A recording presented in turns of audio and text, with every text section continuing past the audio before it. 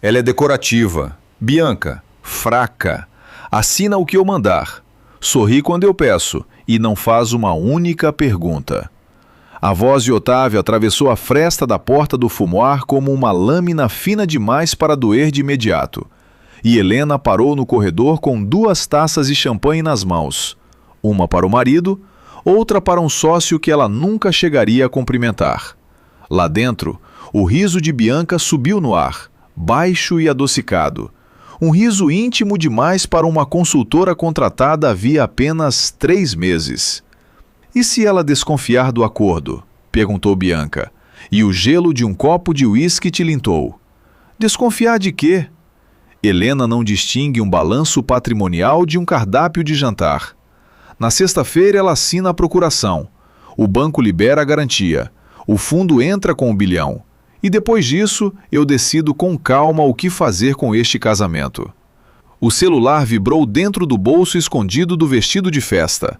E Helena o segurou sem conseguir olhar, porque naquele instante, 10 anos de casamento escorriam entre os seus dedos junto com o suor frio das taças.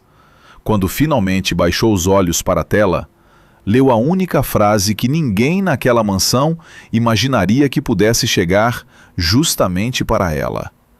H.D. Capital convidada oficialmente para a Operação Vasconcelos. Conselho reunido na segunda-feira. Helena não abriu a porta. Não gritou. Não deixou as taças caírem no mármore do corredor. Não fez nada daquilo que uma mulher traída faz nos filmes. Ficou ali mais 1 minuto inteiro, imóvel, ouvindo o homem com quem dividia a cama há 1 década explicar para a amante como se desmonta uma esposa. Otávio falava do empréstimo que sufocava o Grupo Vasconcelos. Falava da garantia que precisava do aval dela porque a casa da praia estava no nome dos dois. Falava do investidor bilionário que era a última tábua de salvação da família. Esse fundo, esse tal de H.D. Capital, ninguém sabe quem manda lá de verdade, disse ele. E a voz carregava uma irritação antiga, quase infantil. Um fantasma com 1 bilhão de reais. Mas fantasma com dinheiro é santo, e eu ajoelho no altar que for preciso. Bianca riu de novo, e dessa vez o riso veio acompanhado de um som que Helena conhecia bem demais. O som de um beijo curto, roubado, seguro de si. Ela recuou um passo, depois outro, e o corredor inteiro pareceu se alongar diante dela, como uma estrada à noite. Dessas em que os faróis alcançam pouco, e o escuro alcança tudo. No espelho oval do corredor, entre um arranjo de orquídeas brancas e um retrato de casamento, Helena encontrou o próprio rosto e quase não o reconheceu. A maquiagem continuava impecável. O coque baixo continuava no lugar. O colar de pérolas herdado da avó continuava frio contra a pele. Só os olhos denunciavam alguma coisa. E mesmo assim, apenas para quem soubesse procurar, uma tristeza que se espalhava neles como um orvalho que ainda não secou. Ela respirou fundo, 1 vez, 2 vezes, do jeito que aprendera a respirar quando era menina, e o mundo desabava em silêncio ao redor. 10 anos encolhendo os próprios ombros para caber no espaço que Otávio deixava. 10 anos respondendo que não entendia de negócios quando alguém perguntava. 10 anos fingindo que as tardes de sexta-feira eram apenas ioga. 10 anos guardando o sobrenome Duarte numa gaveta trancada, como quem guarda uma arma que jurou nunca usar. O medo de ficar sozinha tinha sido o arquiteto de tudo aquilo. E Helena sabia disso com uma clareza que doía. Quem tem medo de ser abandonada aprende a se tornar conveniente. E conveniente, ela descobria agora, era só outra palavra para descartável. Ela voltou ao salão porque era isso que a esposa perfeita fazia. E naquela noite, a esposa perfeita ainda tinha um papel para cumprir. A festa de 10 anos de casamento brilhava exatamente como Helena a havia desenhado. Das velas flutuando na piscina iluminada, ao quarteto de cordas tocando bossa nova no terraço, dos arranjos de flores o cerrado, as bandejas de canapés que ela mesma provara, um por um, na semana anterior. Dona Marta, a sogra, Atravessou o salão com a taça erguida e o sorriso público que reservava para as ocasiões fotografadas. Minha nora é uma joia rara, anunciou para o círculo de senhoras ao redor, apertando o braço de Helena com dedos cheios de anéis. Cuida da casa, cuida do meu filho, e ainda organiza uma festa dessas. No nosso tempo, isso se chamava vocação. As senhoras riram, concordando, e Helena sorriu junto. Agradeceu com a voz macia de sempre. Beijou rostos empoados, enquanto, por dentro, repetia em silêncio a frase ouvida atrás da porta. Ela é decorativa. Fraca. A palavra fraca batia dentro do peito no ritmo próprio, como um segundo coração que tivesse acabado de nascer. Otávio surgiu minutos depois, recompondo o nó da gravata, com Bianca a 3 passos de distância, segurando uma pasta de couro como um escudo profissional. Ele atravessou o salão na direção da esposa, com aquele andar de dono que os homens da família Vasconcelos aprendiam antes de aprender a ler.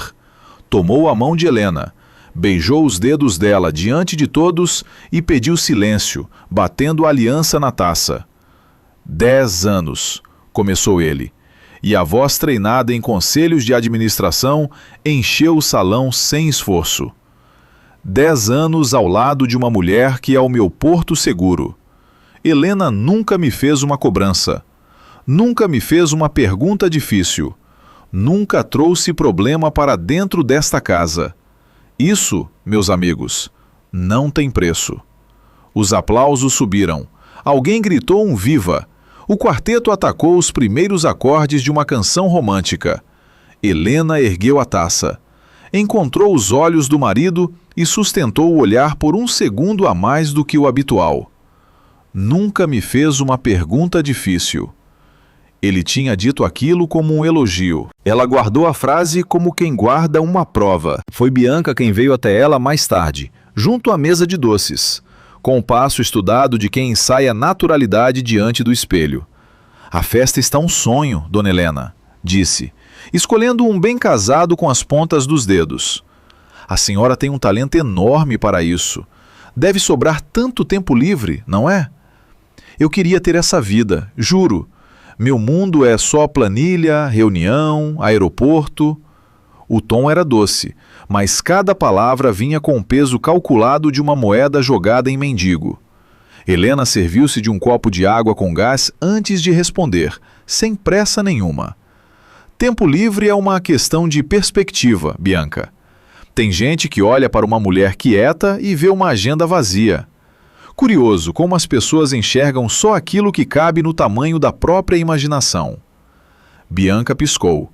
O sorriso vacilou meio milímetro, e por um instante os olhos dela ficaram bastante atentos, quase sem nenhum traço da doçura anterior. Depois riu. Elogiou o vestido da anfitriã e se afastou na direção do terraço. Mas antes de sair, lançou um olhar rápido, quase furtivo, para a porta fechada do escritório de Otávio, no fundo do corredor. Helena registrou o olhar, sem entender ainda o que ele significava.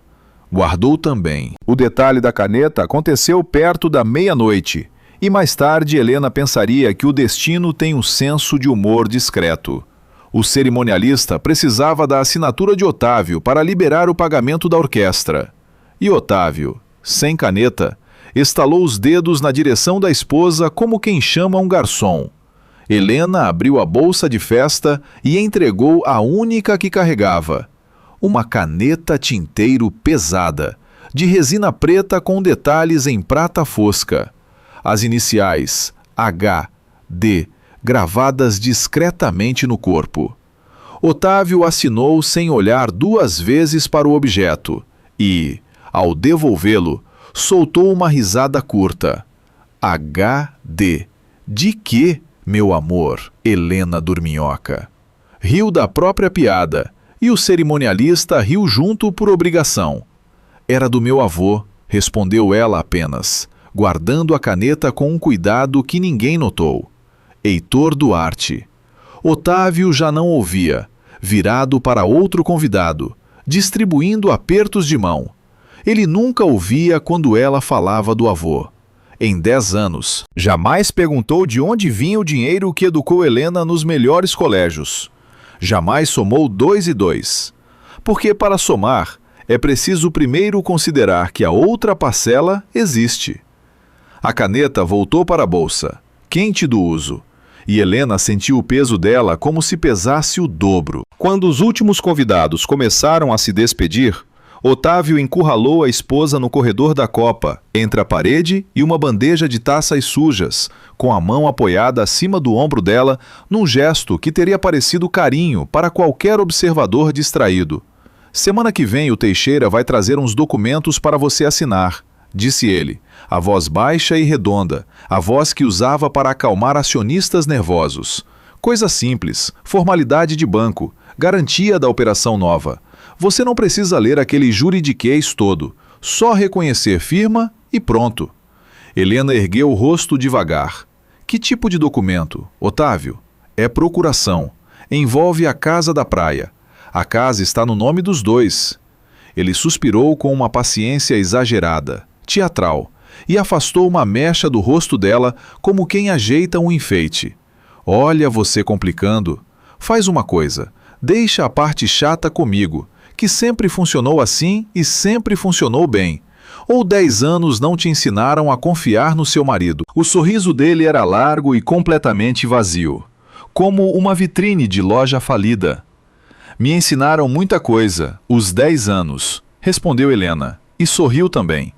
E o sorriso dela naquele momento tinha a serenidade lisa e impenetrável de um mármore polido. Otávio, satisfeito, beijou a testa da esposa e voltou ao salão. Ele sempre confundira serenidade com rendição.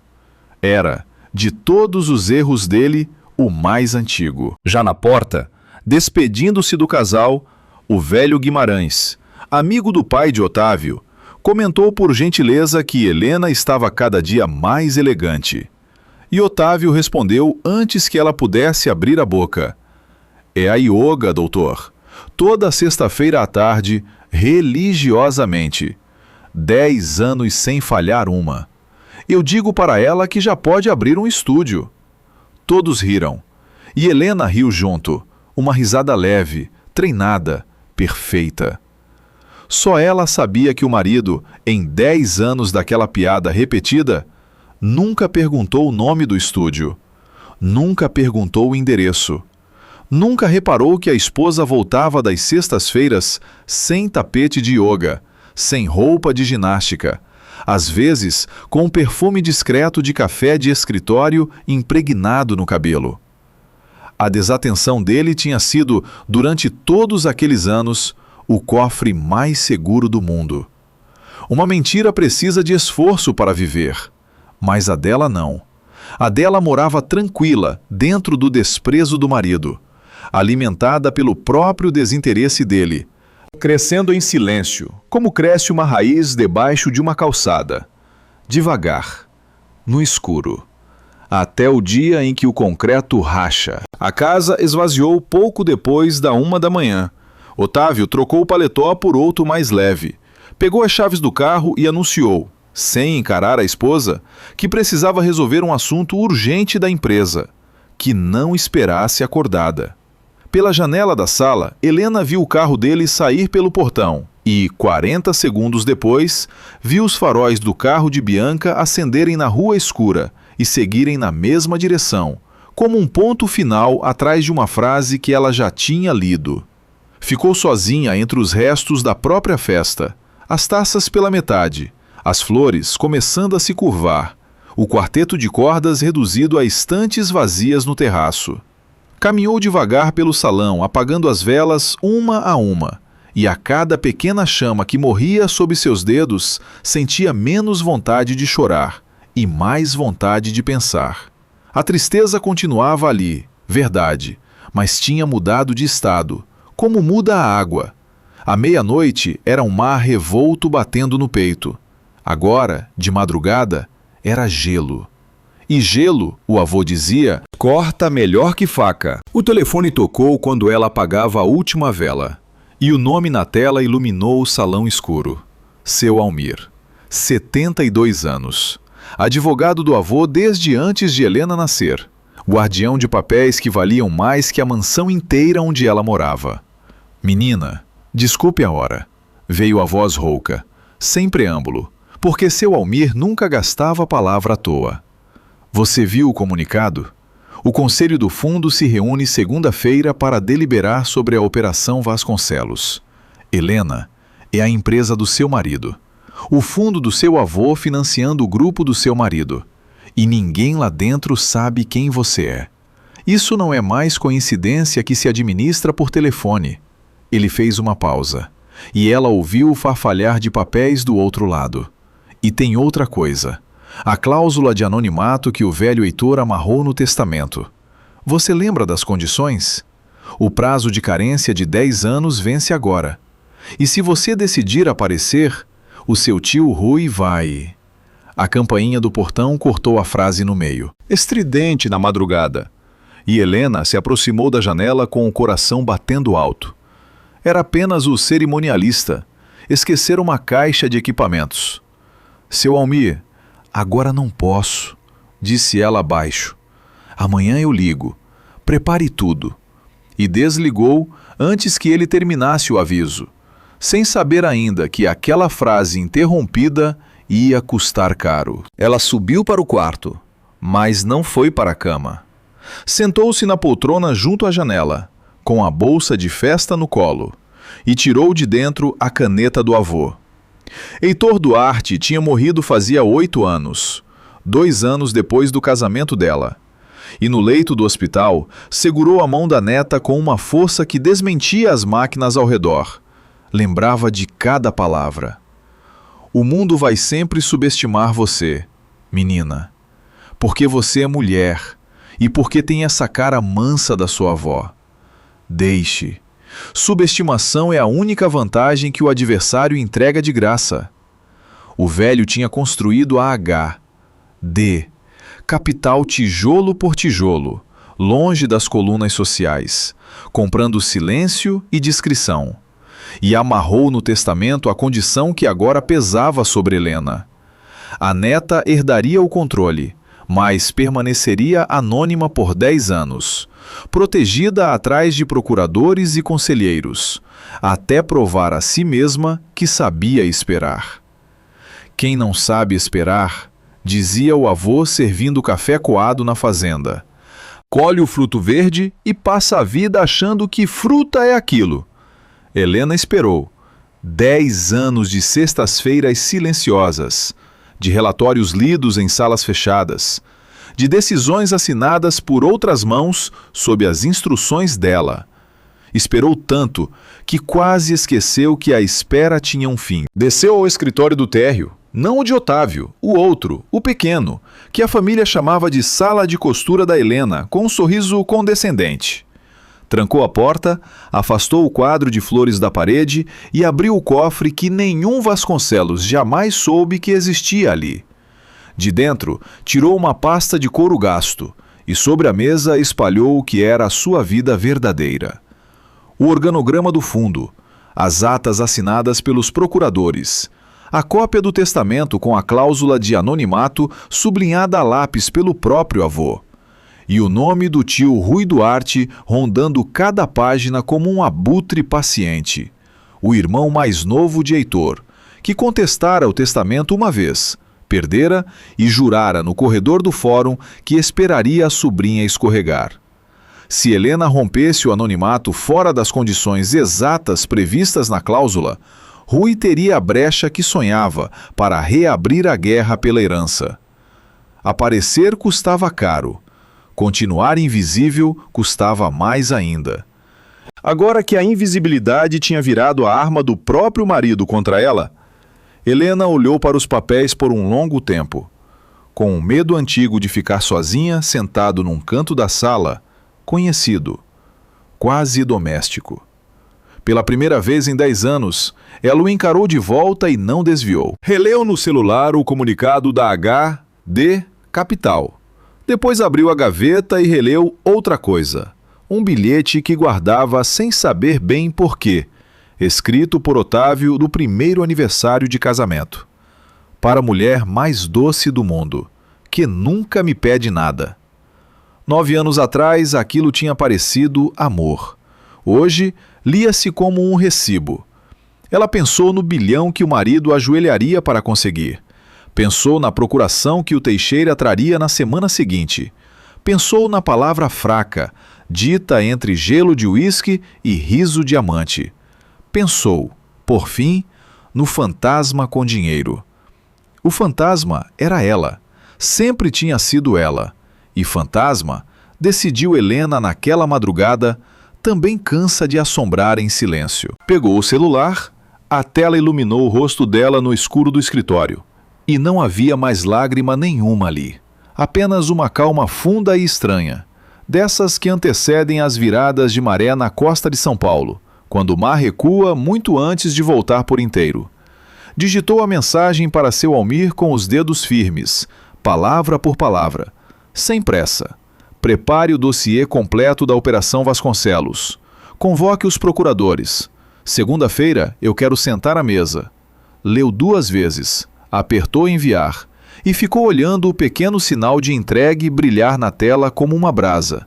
Depois, guardou a caneta do avô no cofre, devolveu o quadro de flores ao lugar, apagou a luz e subiu para o quarto do casal, onde se deitou do seu lado da cama, no espaço exato que aprendera a ocupar sem incomodar. O anel de casamento continuava no dedo. Ela o girou uma vez, devagar, e o deixou onde estava. A esposa perfeita ainda ia sorrir por mais alguns dias. Era tudo o que o papel exigia dela. E ninguém naquela casa sabia melhor do que Helena Duarte o preço de interpretar bem um papel até a última cena. O relatório financeiro bateu na mesa de reuniões do Grupo Vasconcelos com um som seco. E Otávio ainda estava tirando o paletó, quando o primo Augusto abriu fogo. 40 dias. Otávio, o banco executa a dívida em 40 dias. E você me aparece aqui falando de um fundo que ninguém sabe quem controla. A sala do 20º andar da Faria Lima tinha paredes de vidro e uma vista de São Paulo que, naquela manhã de segunda-feira, parecia zombar deles. Um oceano de torres, onde o dinheiro corria para todos os lados, menos para dentro daquela empresa. Dona Marta, sentada na cabeceira que fora do marido, girava lentamente a caneta entre os dedos cheios de anéis. Seu pai levantou este grupo do nada, disse ela, e a voz dela era baixa e cortante como o vento de serra. Você tem 40 dias para não ser o homem que o enterrou. Otávio engoliu a resposta junto com um café frio. Fazia meses que engolia. A dívida tinha crescido no escuro, alimentada por 2 expansões mal calculadas que ele aprovara sozinho, contra o conselho de todo mundo. E agora, o sobrenome inteiro estava pendurado na boa vontade de um investidor sem rosto. Foi Bianca quem devolveu o oxigênio à sala, levantando-se com a pasta de couro e a segurança de quem ensaiou cada pausa. AHD. Capital confirmou a entrada na fase final de auditoria. Anunciou, distribuindo cópias encadernadas. R$1 bilhão em 2 etapas, o suficiente para quitar o banco e recapitalizar a operação. Mas o fundo exige o que qualquer investidor desse porte exige: estrutura patrimonial limpa, sem pendências conjugais, sem risco de litígio familiar sobre as garantias. Ela deixou a frase pousar e olhou para Otávio com uma inocência bem construída. O imóvel de Guarujá que compõe a garantia está em nome do casal, e o regime de bens do seu casamento deixa margem para questionamentos sobre outras cotas. A auditoria vai apontar isso. A solução padrão é um acordo pós-nupcial, simples, assinado em cartório, em que a esposa renuncia a qualquer pretensão sobre os ativos empresariais. Augusto resmungou que esposa nenhuma assina uma coisa dessas de bom grado. Bianca sorriu antes de responder, e o sorriso mal escondia o desdém. Depende da esposa. Pelo que conheço da dona Helena, ela assina até pedido de desculpa do marido, se ele pedir com jeito. Ninguém na sala riu tão alto quanto Otávio, e ninguém percebeu que Bianca, ao recolher as cópias no fim da reunião, deixou a própria pasta aberta 30 segundos a mais do que o necessário sobre a página que resumia o cronograma confidencial da operação. Naquela mesma noite, sozinha no escritório vazio, ela fotografou o documento página por página com o celular pessoal. O segundo, o que não passava pela rede da empresa. Digitou uma mensagem curta para um contato salvo apenas com a letra R maiúscula. Tenho o cronograma completo e as condições de exclusividade. O preço subiu. Depois apagou a conversa, guardou o aparelho no forro da bolsa e ficou um momento parada diante da janela, olhando as luzes da avenida lá embaixo. Bianca Salles tinha crescido do lado errado dessas luzes, servindo cafezinho em escritório de contabilidade aos 16 anos, decorando os nomes das famílias que nunca decorariam o dela. Não era só dinheiro que ela cobrava naquelas fotografias, era juros.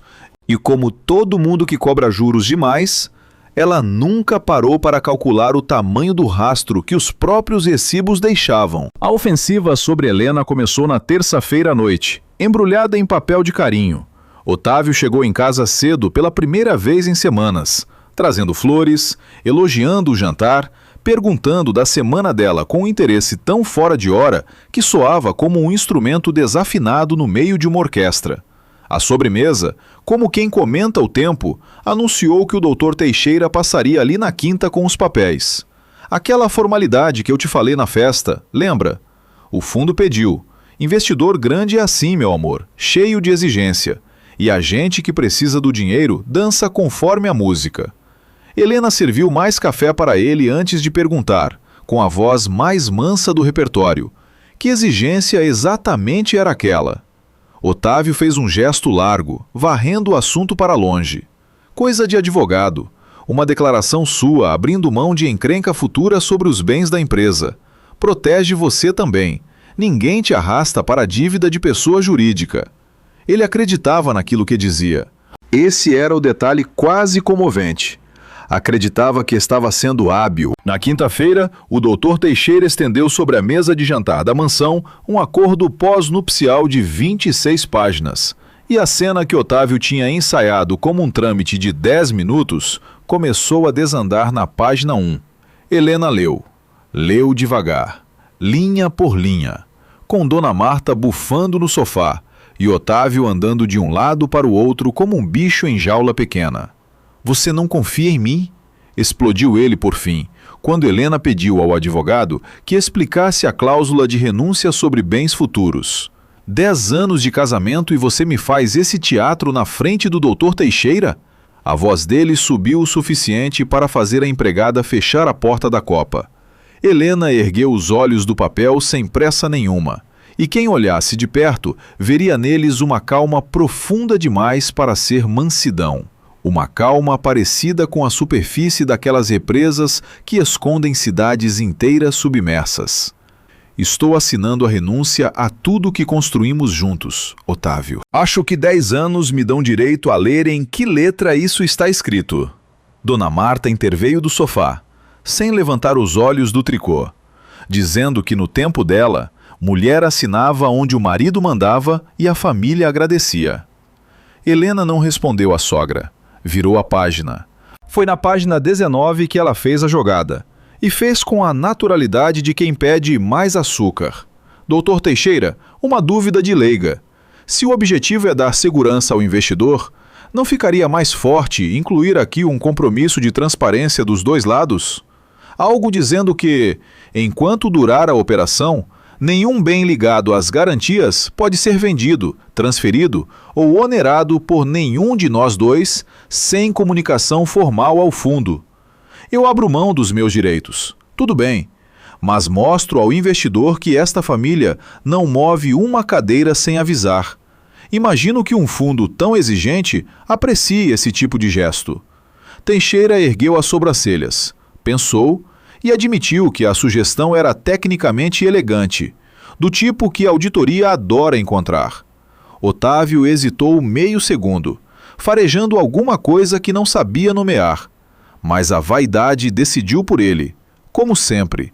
Uma cláusula que amarrava a esposa ainda mais ao controle do fundo só podia ser boa. Põe aí, ordenou. Põe do jeito que ela falou. Até que enfim uma ideia útil nesta mesa. Ele nunca chegou a perceber que a corda que mandara amarrar dava voltas nos 2 pulsos. Helena assinou as 26 páginas com a caneta do avô, e ninguém na sala achou nada demais numa mulher usar a própria caneta. Rubricou cada folha com as iniciais H, desenhadas em tinta azul escura, e a cada rubrica sentia o peso da resina preta como um aperto de mão vindo de muito longe. Otávio destampou um vinho para comemorar, beijou a testa da esposa, chamou-a de minha companheira de sempre e passou os 40 minutos seguintes ao telefone com Augusto, anunciando que o último entrave doméstico estava resolvido. Helena recolheu as taças, sorriu quando esperavam que sorrisse e guardou dentro de si o inventário exato daquela noite. A humilhação de assinar a própria renúncia diante da sogra, o alívio indecente no rosto do marido e a cláusula da página 19 dormindo no meio do juridiquês, discreta como uma semente debaixo da terra, esperando a estação certa. Ela tinha aberto mão de quase tudo no papel. Quase. A diferença entre tudo e quase tudo, o avô dizia, é onde mora a vitória de quem sabe esperar. Na sexta-feira à tarde, a esposa perfeita saiu para a yoga. O carro discreto de vidros escuros a deixou na garagem do subsolo de uma torre espelhada no Itaim, e 18 andares acima, numa sala sem placa na porta, seu Almir a esperava com 3 procuradores e uma pilha de pastas organizadas por cor. O dossiê da Operação Vasconcelos, disse o velho advogado, empurrando a pasta vermelha primeiro. Dívida real 20% maior do que o seu marido declarou ao fundo. 2 expansões desastrosas, escondidas em subsidiárias. E um vazamento. Helena, alguém de dentro do grupo está oferecendo informação confidencial da operação no mercado. O nosso pessoal captou o rumor essa semana. O comprador ainda não sabemos. O vendedor também não. Helena absorveu cada dado em silêncio, fazendo perguntas curtas, anotando com a própria letra. Depois, respirou fundo e disse a frase que viera dizer. Inicio o processo de ratificação da minha identidade perante o Conselho. Quero o meu nome no contrato. Seu Almir, não como fantasma. Na última página, confirma reconhecida. O velho tirou os óculos. E isso, em seu Almir, equivalia a um grito. Você sabe o que está pedindo. A cláusula do seu avô só permite a revelação por ratificação formal do Conselho Pleno, seguindo o rito exato, com quórum, ata e depósito em cartório. Qualquer desvio desse rito, qualquer vazamento antes da ata lavrada, e o Rui entra no dia seguinte com uma ação para te derrubar da cadeira, ele já anda farejando. Semana passada, o escritório dele pediu certidões do fundo no registro. Ele espera esse escorregão há 10 anos, menina. Você vai dar a ele a chance que ele reza para ter. Helena olhou pela janela, para o mar de prédios onde, em algum lugar, o marido brindava a fraqueza dela. E quando respondeu, a voz não tremeu. Ele vai ter a chance e vai perder. Eu passei 10 anos aprendendo a esperar. Seu Almir, o que o meu tio nunca entendeu é que eu também aprendi a contar o tempo dos outros. Convoque o conselho. Rito exato. Quórum. Ata. Cartório. Sem um vírgula fora do lugar. Almir a estudou por um longo momento.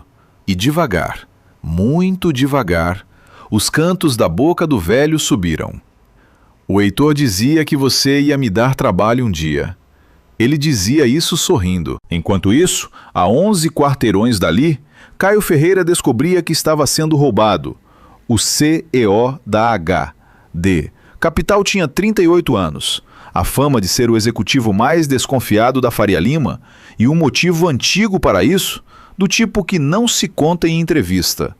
Naquela tarde, um banqueiro amigo deixou escapar num almoço que um fundo rival sabia detalhes da cláusula de exclusividade da Operação Vasconcelos. Detalhes que existiam em exatamente 11 cópias numeradas. Caio voltou ao escritório com o almoço intacto no estômago e a mandíbula travada. Temos um ralo, disse a diretora de risco, espalhando as 11 cópias sobre a mesa. E o ralo é do lado deles. Ninguém aqui dentro viu o anexo de exclusividade antes de quarta-feira. Ele parou diante do organograma da família Vasconcelos, pregado no quadro da sala de guerra, correndo os olhos de rosto em rosto. O primo falastrão, a matriarca, a consultora recém-chegada e, no canto, quase decorativa, a fotografia de sociedade da esposa do controlador. Caio ficou um segundo a mais nesse último rosto, sem saber explicar por quê, e seguiu adiante. Ele a conheceu pessoalmente na noite seguinte, no jantar de cortesia que os Vasconcelos ofereceram à equipe do fundo, e chegou preparado para catalogar mais uma esposa de vitrine. Otávio conduziu as apresentações com a mão nas costas de Helena, como quem exibe um móvel de família. Minha mulher não entende nada desses nossos números, Dr. Caio, mas garanto que entende tudo de fazer um jantar memorável. Risadas polidas circularam a mesa. Caio observou a mulher de vestido cinza sorrir no tempo exato, servir-se pouco, falar menos ainda, e já ia guardando a ficha dela na gaveta das irrelevâncias, quando o primo Augusto, no terceiro vinho, brincou que investidor misterioso era coisa de filme, que ninguém empresta 1 bilhão sem aparecer. E o senhor, Dr. Caio, nunca teve curiosidade de saber para quem trabalha de verdade? A mesa riu de novo. Foi Helena quem falou no silêncio seguinte, sem erguer os olhos do cálice de água. Talvez discrição não seja mistério, primo Augusto. Talvez seja só uma forma antiga de educação. Tem gente que precisa ser vista para existir. E tem gente que existe tão solidamente que pode se dar ao luxo de ninguém ver. Ela disse aquilo com leveza, quase como um bordado de conversa, e voltou ao seu silêncio. Caio Ferreira pousou o garfo. Pela primeira vez em anos, num jantar de negócios, alguém tinha dito uma frase que ele ia levar para casa. Ele tentou puxá-la de volta à superfície 2 vezes durante a noite, com perguntas leves sobre a casa, sobre São Paulo, e nas 2 vezes recebeu de volta a esposa de vitrine, impecável, vazia, inalcançável. Como se a mulher da frase sobre discrição tivesse sido uma alucinação entre um prato e outro. Isso o incomodou mais do que gostaria de admitir. Caio tinha aprendido do jeito mais caro que as pessoas mais perigosas de uma sala são as que conseguem desaparecer dentro dela. Um sócio sorridente tinha lhe ensinado isso anos atrás, levando junto a empresa que fundaram e 2 anos de processos. Desde então, ele desconfiava por método, desconfiava por higiene. No carro, de volta para casa, ditou uma nota de voz para si mesmo, um hábito de auditor. Verificar movimentações e círculo de relações de todos com acesso ao cronograma. Incluir a consultora Bianca Salles. A voz hesitou um instante no escuro do banco de couro. Incluir também Helena Vasconcelos. Ele apagou essa última frase, achando exagero. Depois, regravou. O rumor do vazamento chegou aos ouvidos de Otávio na semana seguinte, filtrado e diminuído, como chegava a ele todas as más notícias. Foi Bianca quem trouxe, com o rosto composto na medida certa de preocupação. O pessoal do fundo anda nervoso, falam em informação circulando fora. Bobagem de mercado, provavelmente. Mas seria prudente acelerar. Quanto antes o contrato for assinado, menos tempo para fantasma atrapalhar. Ela usou exatamente essa palavra, fantasma, e teve o cuidado de sugerir em seguida que talvez conviesse restringir o acesso aos documentos, tirando das mãos do primo Augusto, que bebia, e centralizando tudo nas dela. Otávio achou sensato. Otávio achava sensato tudo que Bianca embrulhava naquela voz. Ele estava com a cabeça em outra parte, na assinatura marcada, no bilhão a caminho, na sensação nova e deliciosa de ter resolvido a vida. À noite, no apartamento dela, brindou com espumante barato a esposa que assinava tudo. Bianca brindou junto, sorrindo por cima da taça. Calculando por baixo, o preço do cronograma tinha subido de novo naquela tarde. O contato R tinha pago sem discutir. Isso devia tê-la deixado desconfiada. Ganância boa é a que ainda sente cheiro de perigo. E a dela já tinha perdido o olfato. A chuva chegou em São Paulo na sexta-feira seguinte. Uma chuva de fim de tarde, grossa e repentina. Dessas que transformam a cidade num borrão de faróis e pressa.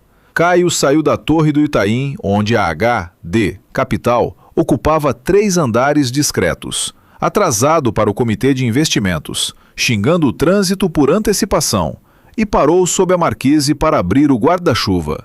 Foi quando a viu, do outro lado do saguão, saindo do elevador restrito dos andares altos, uma mulher de casaco claro atravessou o piso de granito com passos que não pediam licença.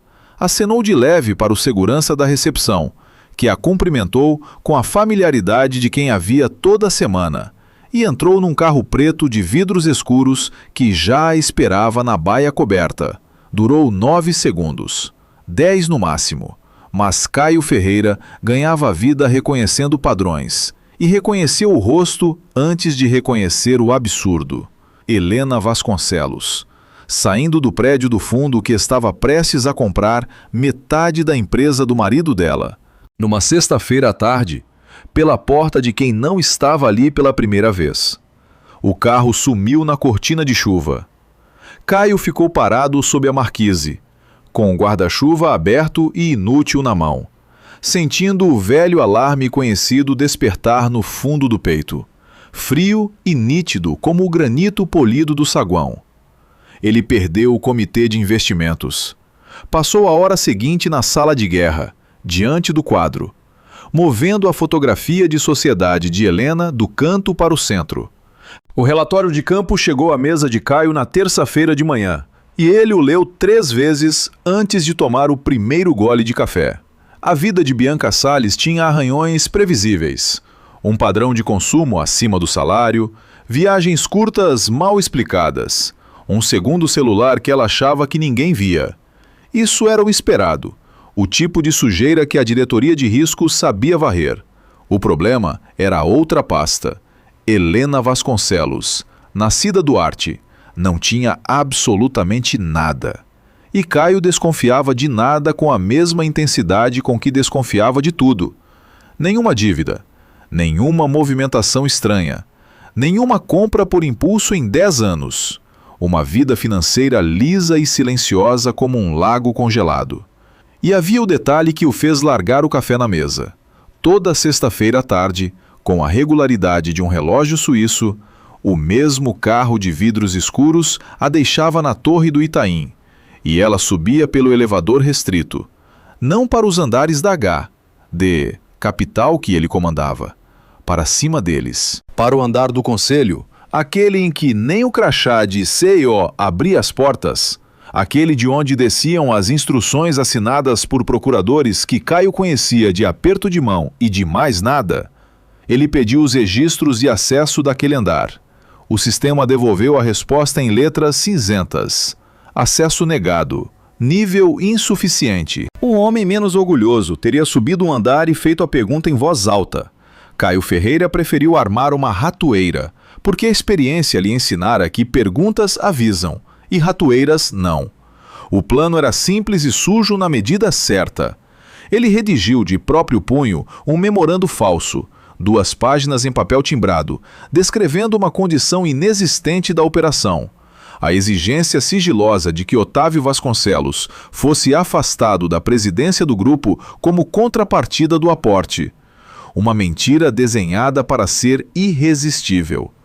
Se Helena fosse espiã de um rival, a informação valeria uma fortuna no mercado e apareceria em uma semana nas mesas erradas. Se fosse apenas a esposa vendendo segredos para proteger o marido, a informação chegaria a Otávio em 24 horas. E Caio saberia pelo comportamento dele na reunião seguinte. Cada cópia do memorando tinha uma vírgula deslocada em posição diferente. Uma assinatura invisível que ele mesmo inventara anos atrás. Depois que um sócio sorridente lhe ensinara quanto custa confiar. A cópia com a vírgula na segunda linha do segundo parágrafo tinha um destino certo. A casa dos Vasconcelos. A oportunidade veio na quinta-feira, numa reunião de auditoria marcada na própria mansão porque os documentos do imóvel de Guarujá estavam no cofre da família. Caio chegou com 2 analistas e a pasta preparada, e Helena os recebeu no papel de sempre, servindo café coado numa bandeja de prata, perguntando amenidades, desaparecendo dentro da própria casa como uma moldura desaparece ao redor do quadro. Ele a observou pelo canto do olho durante toda a tarde, procurando a mulher da frase sobre discrição, e não a encontrou nem uma vez.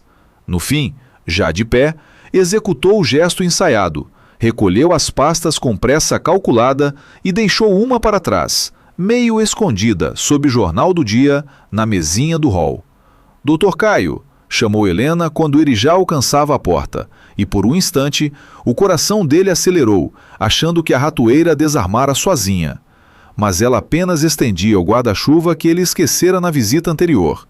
São Paulo não perdoa quem anda desprevenido. Ele agradeceu. Olhou uma última vez para a mesinha do hall, onde a pasta continuava, e saiu. No carro, disse aos analistas que tinha esquecido um documento sem importância. Amanhã, alguém buscava. Helena encontrou a pasta 2 horas depois, ao recolher o jornal, e soube em 4 minutos de leitura que aquilo era veneno de rato. Não porque o memorando fosse mal escrito, era impecável, e sim porque afirmava uma coisa que ela sabia ser mentira com a certeza de quem preside a mentira. Nenhuma condição de afastamento de Otávio existia na operação. Ela mesma vetara essa hipótese em ata, 3 semanas antes, por decisão estratégica que só o andar do conselho conhecia. Portanto, o papel era falso. Portanto, fora deixado ali de propósito. Portanto, era uma isca. E a isca tinha nome e sobrenome de quem a deixara sob o jornal com aquela pressa mal representada. Helena sentou-se na escada do hall com a pasta no colo e ficou imóvel por um longo tempo, sentindo uma dor que não esperava sentir. Uma dor sem nenhuma relação com estratégia. Caio Ferreira. O único ser humano naquele universo de vidro e granito que parecera enxergar alguma coisa além da moldura. Tinha olhado bem para ela e enxergado uma ladra. A tristeza veio primeiro, morna, conhecida. Depois veio outra coisa, subindo devagar por dentro como sobe a maré. E essa outra coisa não era tristeza. Ela levou a pasta para o pequeno escritório. Fotografou cada página com método. Anotou num papel a posição exata de uma vírgula estranha na segunda linha do segundo parágrafo. Porque 10 anos lendo contratos ensinam a ver o que não devia ser visto. E marcou uma reunião. Ela entrou na sala de Caio na segunda-feira às 9 em ponto, anunciada como Dona Helena Vasconcelos, assunto pessoal, e colocou a pasta sobre a mesa dele antes de sentar. O senhor esqueceu isto na minha casa. Caio não tocou na pasta. Os dois ficaram se medindo por cima dela, e o silêncio na sala era tão denso que dava para ouvir o ar-condicionado respirar. Curioso, continuou Helena, com a voz baixa e nivelada de quem já chorou tudo o que ia chorar antes de sair de casa. Eu li. Não devia, mas li. E fiquei pensando por que um homem tão cuidadoso esqueceria um documento tão explosivo debaixo de um jornal. Aí eu entendi. Não se esquece uma isca, doutor Caio. Planta-se. Ele sustentou o olhar dela sem piscar e decidiu que negar seria insultar os dois. A senhora sai do prédio deste fundo toda sexta-feira há 10 anos, pelo elevador que nem eu acesso. Nós temos um vazamento confirmado de documentos numerados. E a senhora quer discutir a minha delicadeza? A voz dele era fria, profissional, e por baixo dela corria uma raiva antiga que não era exatamente sobre Helena. Me diga o que a senhora faz naquele andar, e eu peço desculpas, de joelhos, se for o caso. Helena olhou pela janela da sala, para a cidade cinzenta de garoa, e travou dentro de si a batalha que seu Almir teria reconhecido de longe. 3 dias. Faltavam 3 dias para o conselho, 3 dias para a ata, 3 dias para o rito que a protegeria do tio. Uma palavra a mais naquela sala, antes da hora, e 10 anos de espera virariam a brecha com que Rui sonhava. Eu tenho ligação com este fundo, disse por fim, escolhendo cada palavra como quem atravessa um rio pisando em pedras. Uma ligação antiga, legítima e anterior ao meu casamento. Não sou espiã de ninguém. Não vendi nada a ninguém. E não posso dizer mais do que isso. Não por enquanto. Caio inclinou-se para a frente. Não pode ou não quer? Helena levantou-se, alisando a saia com as 2 mãos. Não posso. Eu fiz uma promessa a alguém que valia mais do que todo mundo nesta avenida somado. E promessas, Dr. Caio, são a única moeda que não desvaloriza. O senhor, que desconfia de todo mundo por método, devia ao menos respeitar quem paga esse preço. Ela pegou a bolsa, na porta, virou-se uma última vez, e agora havia nos olhos dela uma mágoa funda e límpida, dessas que não se fabricam. Sabe o que mais dói? Por um momento eu achei que o senhor fosse diferente dos outros, que enxergasse as pessoas. O senhor não enxerga, doutor. O senhor só audita. A porta fechou sem bater, o que de alguma forma foi pior. Caio passou o resto do dia inútil. Refez os números da auditoria 2 vezes e errou as 2. Cancelou um almoço. Gritou com o analista por causa de uma planilha que estava certa. A frase dela ficara presa nele feito espinho de peixe. O senhor só audita, à noite, sozinho na sala de guerra. Encarou o quadro onde a fotografia de Helena ocupava o centro e obrigou-se a fazer o que fazia de melhor: separar dado de sentimento. Dado 1, a isca continuava intacta. 5 dias no mercado, e nenhum rival mencionara o afastamento falso de Otávio. Nenhum banqueiro, nenhuma mesa. Silêncio total. E informação daquele calibre não fica calada se cai em mão de ladrão. Dado 2. O vazamento real continuava ativo. O cronograma verdadeiro circulando, o que significava que o ralo era outro e usava outro cano. Dado 3. E este era o que ele demorou mais a admitir. A mulher que saíra da sala dele não mentira em momento nenhum, apenas se recusara a falar. E havia um oceano entre as 2 coisas. Ele pegou o telefone para ligar para a diretora de risco e mandar suspender a vigilância sobre Helena. Discou metade do número e parou, com o polegar suspenso. Porque a outra metade dele, aquela que um sócio sorridente construíra a marteladas, sussurrava que era exatamente assim que os melhores golpes pareciam por dentro. Ele desligou o telefone sem completar a ligação. Manteve a vigilância. E odiou-se um pouco por isso, o que era novidade. Helena não voltou direto para casa depois da sala de Caio. Mandou o motorista dar a volta pelo parque. Ligou para seu Almir do banco de trás e deu a primeira ordem ofensiva em 10 anos de espera. O vazamento. Eu quero saber quem compra, não só quem vende. Ponha o nosso pessoal de compliance para rastrear a ponta compradora. Movimentações atípicas de quem apostaria contra a operação. Corretoras pequenas, veículos de fachada, tudo, discretamente, sem alarde, sem tocar no rito de quinta-feira. O velho advogado anotou, e ela quase pôde ouvir o sorriso dele pelo telefone, porque era esse o tom de voz que ele esperava ouvir da neta de Heitor Duarte desde o enterro. E, seu Almir, mais uma coisa. Se aparecer qualquer nome ligado à família Duarte nessa ponta compradora, o senhor me liga a qualquer hora. Qualquer hora. Houve uma pausa do outro lado. O farfalhar de papéis parando de repente. Você está pensando no que eu estou pensando, menina.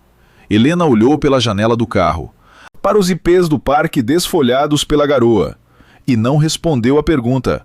Só rastrei, disse, e desligou. O relatório preliminar chegou 2 dias depois, num envelope sem timbre, e trazia mais neblina do que luz.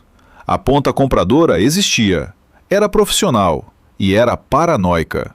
Os pagamentos ao vendedor saíam de uma corretora de porte médio, pulavam por 2 empresas de participação recém-abertas e morriam numa holding com sede alugada e sócios de papel.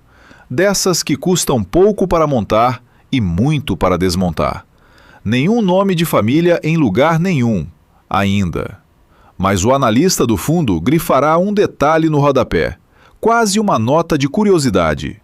A holding de destino fora registrada no mesmo cartório, na mesma semana, e pelo mesmo despachante que, anos atrás, registrara as empresas usadas na contestação do testamento de Heitor Duarte. Podia ser coincidência de despachante. O homem atendia Meia Faria Lima. Podia. Helena leu a nota 3 vezes, sentada no pequeno escritório, com a caneta do avô girando devagar entre os dedos. Sentindo as peças se moverem no escuro antes de conseguir ver o desenho que formavam, quem compraria segredos de uma operação para depois destruí-la? Um rival compra para vencer, mas existe gente que compra para queimar. Gente cujo lucro não está no negócio, está na ruína de quem o assina. Ela guardou o relatório no cofre atrás do quadro de flores e anotou uma única palavra na agenda, com ponto de interrogação. Rui. A ideia de mandar seguir Helena não nasceu de Otávio, nasceu de Bianca e nasceu de medo.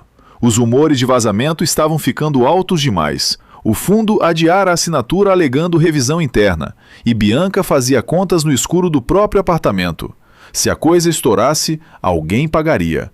E ela sabia como o mundo escolhe quem paga, escolhe quem não tem sobrenome.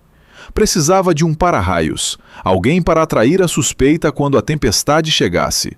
Foi então que lembrou da festa, do copo de água com gás, da frase sobre o tamanho da imaginação dos outros, do arrepio desagradável que aquela mulher mansa lhe causara.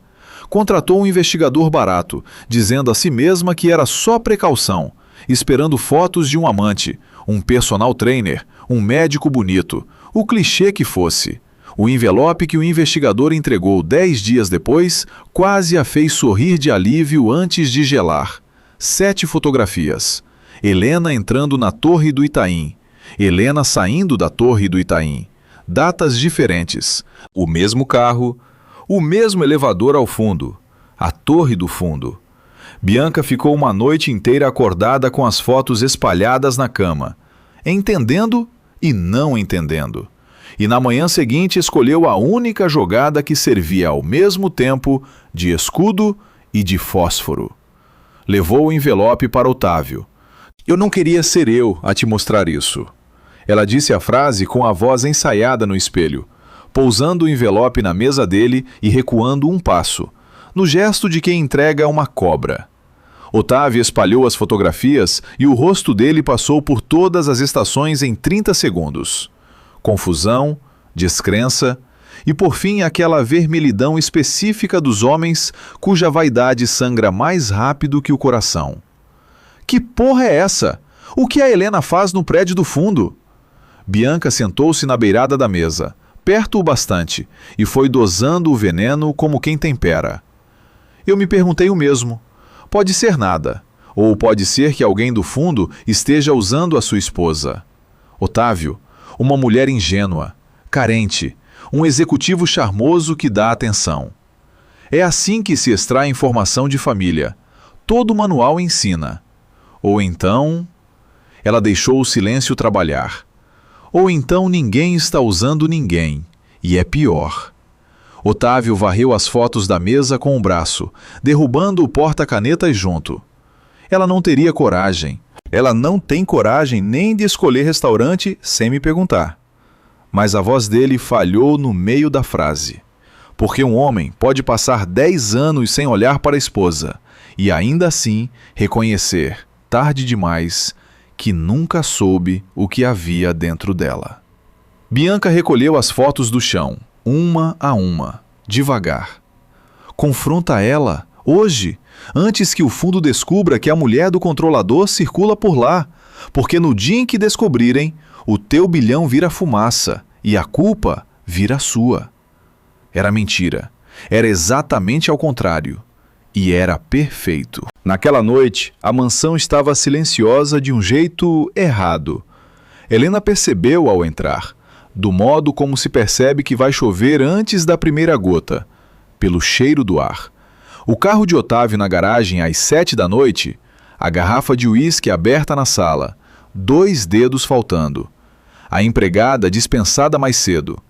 Ela subiu, trocou de roupa com gestos calmos e mente acelerada, repassando as pontas soltas, e desceu para o pequeno escritório, porque o celular vibrava com o nome de seu Almir, e essa ligação ela não podia perder. Trancou a porta pelo hábito de 10 anos. Menina, boa notícia primeiro. Veio a voz rouca, animada como Helena não ouvia fazia tempo. O conselho está convocado para quinta-feira. Quórum completo confirmado. A ata preparada. O cartório avisado. Quinta-feira à noite, você deixa de ser fantasma, com todos os selos e carimbos que o seu avô exigiu. 72 horas. Helena, aguente firme 72 horas, sem nenhum tropeço, sem nenhuma exposição. E o Rui não vai ter onde morder. Ela fechou os olhos e permitiu-se, por um segundo, sentir o tamanho daquilo. E a má notícia, seu Almir? O senhor sempre guarda uma... O velho hesitou, e o farfalhar de papéis do outro lado parou. A má notícia é que o pedido de certidões do escritório do seu tio ficou pronto hoje. Ele tem em mãos a lista de movimentações societárias do fundo dos últimos 90 dias, incluindo a convocação extraordinária do conselho. Helena, me escute com atenção. O Rui já sabe que... A porta do escritório abriu com um estrondo que fez o quadro de flores tremer na parede. A fechadura de 10 anos cedendo ao ombro de um homem que nunca antes se dera ao trabalho de entrar ali. Otávio parou na soleira, com o rosto vermelho de uísque e de outra coisa mais antiga. E na mão direita, apertado como uma arma, o envelope pardo com as 7 fotografias. Desliga o telefone. A voz dele saiu baixa, rouca, irreconhecível. Desliga esse telefone agora. Helena, e me explica quem é você. Helena disse ao telefone, com a voz de quem encerra uma reunião, que retornaria depois, e desligou diante do marido sem pressa nenhuma, porque a pressa confessa, e ela não tinha nada que pudesse se dar ao luxo de confessar naquela noite. Otávio atirou o envelope sobre a escrivaninha e as 7 fotografias deslizaram pelo tampo, uma delas caindo aos pés dela. Explica. A palavra saiu molhada de uísque. Você, entrando no prédio do fundo, 7 vezes. 7. Helena, quem é ele? Ou é pior, você anda vendendo o que houve dentro desta casa. Helena abaixou-se, recolheu a fotografia do chão, olhou-a com atenção genuína, e quando ergueu o rosto, havia nele uma expressão que Otávio nunca tinha visto em 10 anos, e que por isso mesmo não soube ler. Você mandou me seguir. Não era pergunta. 10 anos casada com você, e a primeira vez que você presta atenção em como eu passo as minhas tardes é através da lente de um detetive.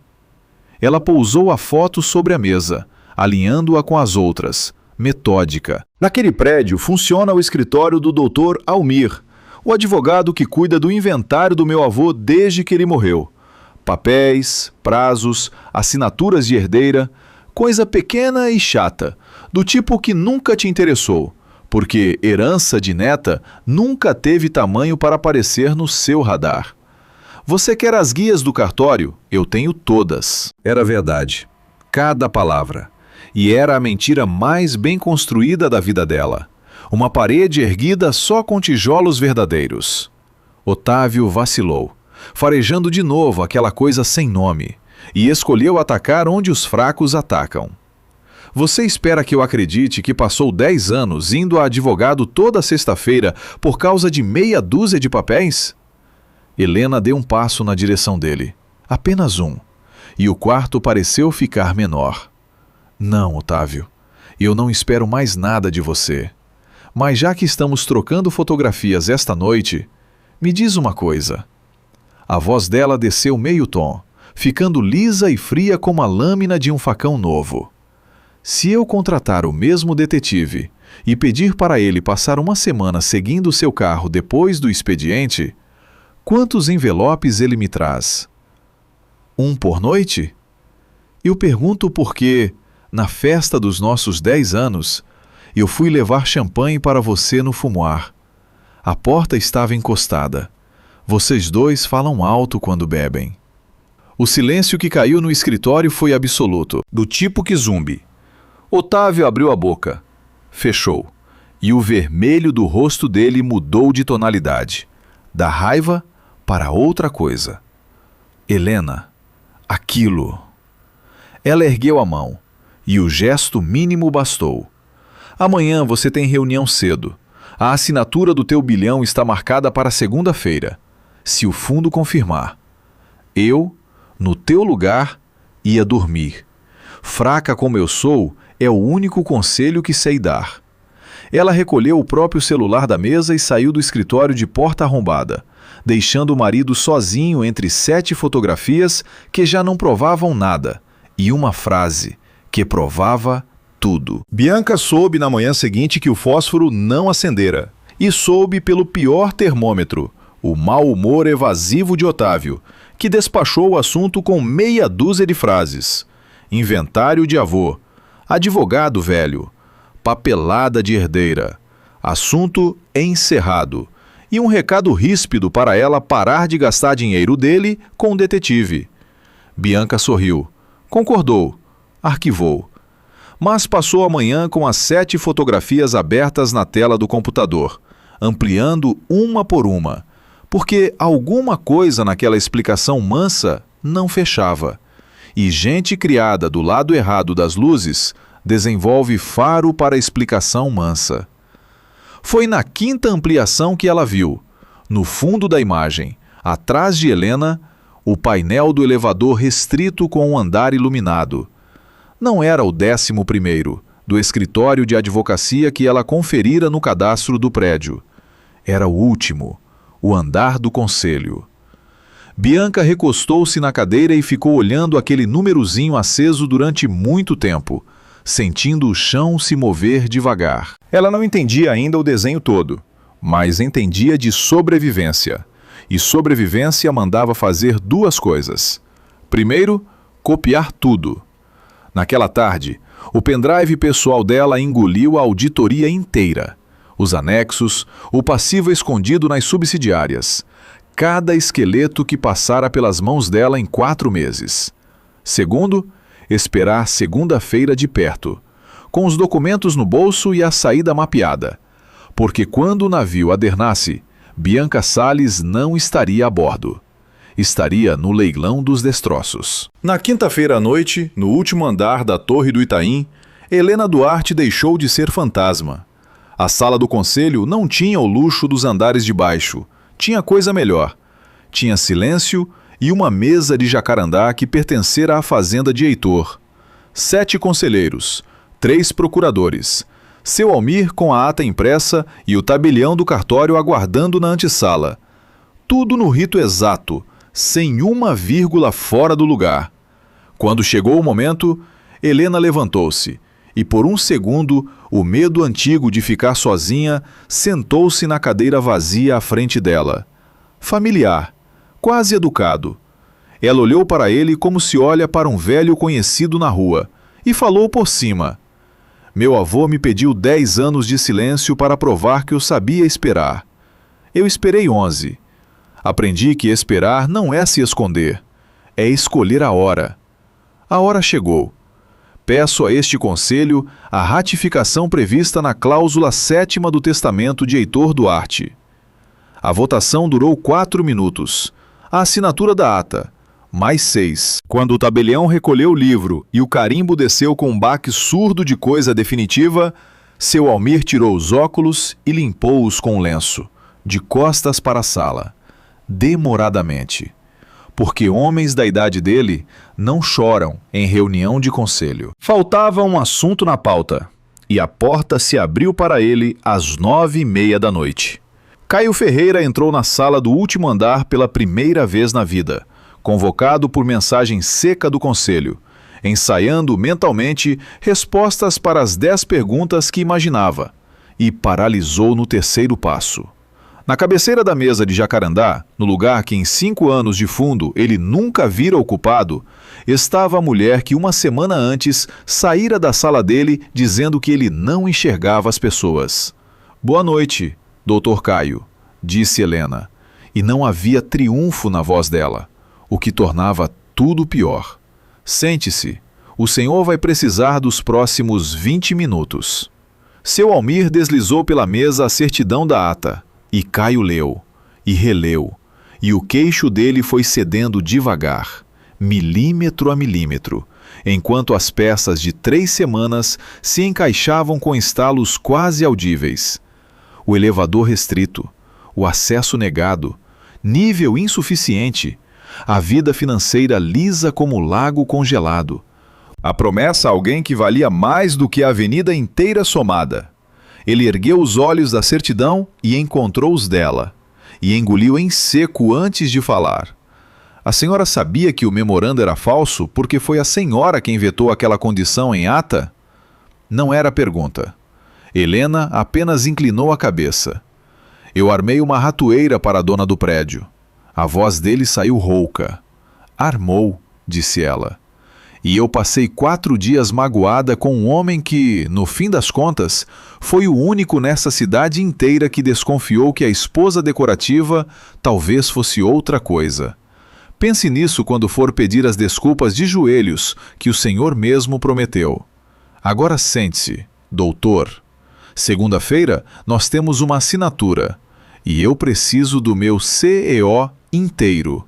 Não ajoelhado. Trabalharam até as 2 da manhã, os 3 e os procuradores, refazendo a operação linha por linha, e foi Helena quem ditou a arquitetura final, com Caio percebendo, fascinado e ligeiramente tonto, que estava diante de alguém que conhecia aquele contrato melhor do que ele.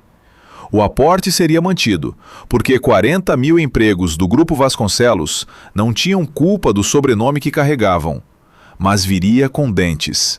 Gestão profissional imposta por contrato, comitê independente, auditoria permanente e o controle operacional deslocado das mãos de Otávio para um conselho onde a palavra final, agora à luz do dia, pertencia à acionista controladora do fundo. Ele vai receber o dinheiro que implorou, resumiu Helena, olhando a cidade acesa lá embaixo, nas condições que ele jurou que uma mulher fraca jamais leria. Não é vingança, doutor Caio. Antes que o senhor pergunte. Vingança seria deixar o grupo quebrar. Isso é só a cobrança do preço justo, com juros de 10 anos. Caio a observou contra a janela, e o alarme frio que morava no peito dele desde o sócio sorridente ficou, pela primeira vez em anos, completamente mudo. «E o vazamento?» perguntou. Helena voltou-se e agora sim havia um brilho afiado nos olhos dela. «O vazamento assina a própria confissão na segunda-feira. Eu conto no caminho. O senhor vai gostar da parte da vírgula». A sala de assinatura no 20º andar da Faria Lima foi montada como Otávio sonhara durante meses. Bandeira do grupo, mesa comprida, café servido em porcelana, um fotógrafo contratado para registrar o dia em que ele salvou o sobrenome.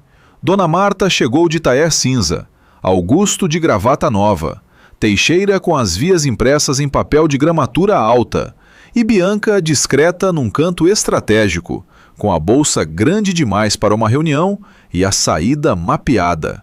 Otávio recebeu a comitiva do fundo distribuindo apertos de mão e estranhou apenas por um segundo, com a vaidade abafando o instinto, quando viu a própria esposa entrar no fim do grupo, de taier escuro que ele não conhecia. Helena, o que você... Ela passou por ele sem parar, com um aceno leve, e sentou-se do outro lado da mesa, no lado do fundo, entre Caio Ferreira e um senhor de óculos que Otávio nunca tinha visto. A sala inteira ficou olhando. Deve ser homenagem, sussurrou Augusto para Dona Marta. Convidaram a esposa para ver a assinatura. Dona Marta não respondeu. Dona Marta tinha 73 anos de faro para a hierarquia de mesa, e o que o faro dela dizia naquele momento não fazia o menor sentido. Teixeira conduziu a leitura das vias, página por página, e Otávio assinou com a caneta de ouro que reservara para a ocasião, sorrindo para o fotógrafo, até que chegaram à última página, a das assinaturas da parte investidora, e o mundo dele quebrou, com um som de papel virando. Na linha reservada ao controlador do fundo, acima da qualificação completa lida em voz alta pelo tabelião presente, o nome estava impresso, em letras pretas e definitivas. Helena Duarte, acionista controladora da H, D, Capital, neta e herdeira universal de Heitor Duarte, conforme ata de ratificação registrada em cartório na quinta-feira anterior. O silêncio durou 3 segundos inteiros, e então Otávio riu. Um riso curto e falso de quem espera que a piada se explique. Isso é algum erro de impressão? Ninguém riu junto. Helena abriu a própria bolsa, retirou a caneta de resina preta com as iniciais H.D., gravadas em prata fosca, destampou-a sem pressa e assinou o próprio nome, com a caligrafia firme de quem o treinou a vida inteira para aquele papel. Depois, ergueu os olhos para o marido, e a voz dela atravessou a sala mansa e nítida. H.D. Otávio. Você perguntou uma vez, na nossa festa, lembra a Helena Dorminhoca? Você disse, Heitor Duarte. Eu respondi, você já estava olhando para outra pessoa. Você sempre esteve olhando para outra pessoa. O que vem em seguida não foi uma explosão, foi um desmoronamento por andares. Otávio levantou-se derrubando a cadeira, exigiu explicações de Teixeira, de Caio, do tabelião, da mãe, girando entre eles como um homem procurando a saída de um quarto sem portas. Vocês sabiam?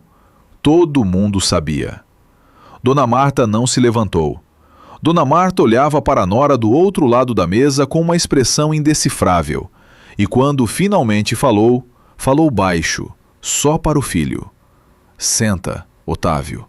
Pela primeira vez na vida, senta e lê o documento antes de assinar embaixo. Mas ele já tinha assinado todas as vias, sorrindo para o fotógrafo, e quando compreendeu isso, girou para o próprio advogado com o desespero virando estratégia rasteira. Anula, dá um jeito, Teixeira, a gente retira as garantias, tira o imóvel de Guarujá, transfere as cotas da subsidiária para o nome do Augusto ainda hoje, e esse fundo que vá. Teixeira aproximou-se e murmurou no ouvido dele, pálido. A frase que Helena esperava fazia 3 semanas, não dava. Nenhum bem ligado às garantias podia ser vendido, transferido ou onerado sem comunicação formal ao fundo, por força do acordo pós-nupcial, cláusula de transparência recíproca, página 19, incluída a pedido da própria esposa e aprovada em voz alta por ele mesmo, na frente de testemunhas. Põe aí, ele tinha ordenado. Põe do jeito que ela falou. Otávio olhou para a mulher do outro lado da mesa, e Helena sustentou o olhar sem um músculo se mover, serena e impenetrável como o mármore polido daquela sala. E ele entendeu, com 10 anos de atraso, que a corda sempre estivera nos pulsos dele. O aporte está mantido, disse Helena para a sala. E a voz de comando saiu dela com uma naturalidade que arrepiou seu Almir na cadeira ao lado. O Grupo Vasconcelos recebe o 1 bilhão. Os empregos ficam. Os fornecedores recebem. O banco é quitado. As condições estão no anexo de governança que o Dr. Caio vai apresentar. Gestão profissional, comitê independente, auditoria permanente. A presidência executiva deixa de ser hereditária. Ela olhou para Otávio, e apenas para ele. Você trabalhou 10 anos ao lado de uma sócia majoritária e nunca percebeu. Otávio, não porque eu escondi bem, porque você nunca olhou. Eu vou te dar o que você nunca me deu. Um lugar na mesa proporcional à tua competência real. O comitê decide qual é. Augusto afundou na cadeira. O fotógrafo, sem saber o que fazer, fotografou. Enquanto os advogados dos dois lados conferiam vias num canto, Dona Marta atravessou a sala apoiada na bengala que só usava em dias de tribunal e parou diante da nora. E as duas mulheres se mediram por um instante longo, de dinastia para dinastia. 10 anos sentada à minha mesa, disse a velha, e a voz de vento de serra saiu mais baixa do que de costume. 10 anos me deixando chamar você de joia rara, de vocação, de menina prendada. Você deve ter rido muito de nós por dentro. Helena negou devagar com a cabeça, e não havia deboche nenhum no rosto dela. Nunca ri, Dona Marta. Eu esperava. E se a senhora quer saber a verdade inteira, houve anos em que eu teria trocado tudo que assinei hoje por um filho da senhora que me fizesse uma única pergunta de verdade. A senhora criou um homem que não pergunta. Eu só usei o silêncio que vocês mesmos me deram de presente. A velha sustentou o olhar, e alguma coisa passou por trás dos olhos dela. Dura demais para ser mágoa, antiga demais para ser surpresa. O meu sogro dizia que dinheiro novo grita e dinheiro velho sussurra. Disse por fim, ajeitando a bengala. O do seu avô nem sussurrava, ficava calado. É o mais perigoso de todos. Ela virou-se para sair e parou. O comitê de vocês, quando for decidir o lugar do meu filho, decida pelo que ele é, não pelo que ele te fez. São medidas diferentes, e você sabe disso melhor do que ninguém nesta sala. Foi o mais perto de um pedido que Marta Vasconcelos chegou na vida, e Helena recebeu como tal, com um aceno mínimo, de rainha para rainha-mãe destronada. O que estava de cerimônia acabou nesse instante, com a recepcionista abrindo a porta com o rosto contraído de quem interrompe o velório, seguida por um oficial de justiça de crachá pendurado e envelope na mão. Senhora Helena Duarte. O oficial atravessou a sala imune ao clima, com a eficiência entediada da profissão. A senhora está sendo notificada de medida cautelar proposta por Rui Duarte, com pedido liminar de suspensão dos seus direitos de voto e da eficácia da ata de ratificação, por alegada violação das condições testamentárias de Heitor Duarte. A audiência de justificação está designada para depois de amanhã. Ele estendeu o envelope, colheu a assinatura de recebimento e saiu como entrou. Seu Almir já rasgava o lacre com os dedos rápidos demais para a idade, correndo os olhos pelas primeiras páginas, e o que ele encontrou lá fez o velho advogado erguer o rosto com uma ruga nova na testa. Ele anexou documentos internos do fundo. Helena, cronograma da operação, condições de exclusividade, coisas que não estão em certidão nenhuma. Ele está com material vazado. E tem mais. Almir virou a página, e a voz dele desceu meio tom. Ele protocolou isso hoje às 9h04 da manhã. A ata foi lavrada quinta-noite em cartório fechado ao público. Ele sabia antes de ter como saber. Menina. Tem gente dele do lado de dentro. Foi Caio quem percebeu primeiro, porque Caio ganhava vida reconhecendo padrões, e o padrão gritava. Ele varreu a sala com os olhos, contando cabeças, e parou na cadeira estratégica do canto, perto da saída, onde uma bolsa grande demais para uma reunião já não estava. A consultora? A voz dele cortou o burburinho. Bianca Salles? Onde está a Bianca? Ninguém soube responder. Augusto lembrava dela na leitura da página 10. A recepcionista achava que tinha saído para atender ligação. O segurança do andar confirmou pelo rádio que a moça de terninho azul descera pelo elevador de serviço fazia 20 minutos, com pressa, sem crachá de devolução. Otávio, cinzento, ligou para o número dela e ouviu a mensagem de aparelho desligado, e ligou de novo, e de novo, como se a repetição fosse mudar alguma coisa. Na sala de trabalho dela, no andar de baixo, encontraram a mesa limpa, as gavetas vazias e o computador funcional restaurado de fábrica. Profissional até no fim. Helena parou diante da mesa vazia com o envelope da notificação ainda na mão e sentiu com clareza gelada o tamanho exato do tabuleiro. O tio atacando a ata pela frente, com material que só podia ter saído daquela mesa limpa. E em algum lugar de São Paulo, uma mulher em fuga carregando na bolsa a auditoria inteira. Cada esqueleto das subsidiárias, cada número capaz de explodir o aporte anunciado fazia menos de 1 hora. 48 horas até a audiência. Helena dobrou a notificação ao meio, devagar, e quando falou, falou para Caio e para Almir ao mesmo tempo. Cancelem as agendas de vocês. A guerra que o meu avô me ensinou a esperar começa agora. E nós estamos 2 lances atrasados. O martelo do juiz plantonista desceu às 11h17 da manhã. E Helena aprendeu na pele que existe uma diferença entre esperar a guerra e sangrar nela. A sala de audiências do Fórum Central cheirava a papel velho e ar-condicionado cansado. E o advogado de Rui Duarte, um homem de terno grafite e gestos de cirurgião, tinha passado 40 minutos desenhando a tese com calma venenosa. A ratificação de quinta-feira teria vícios.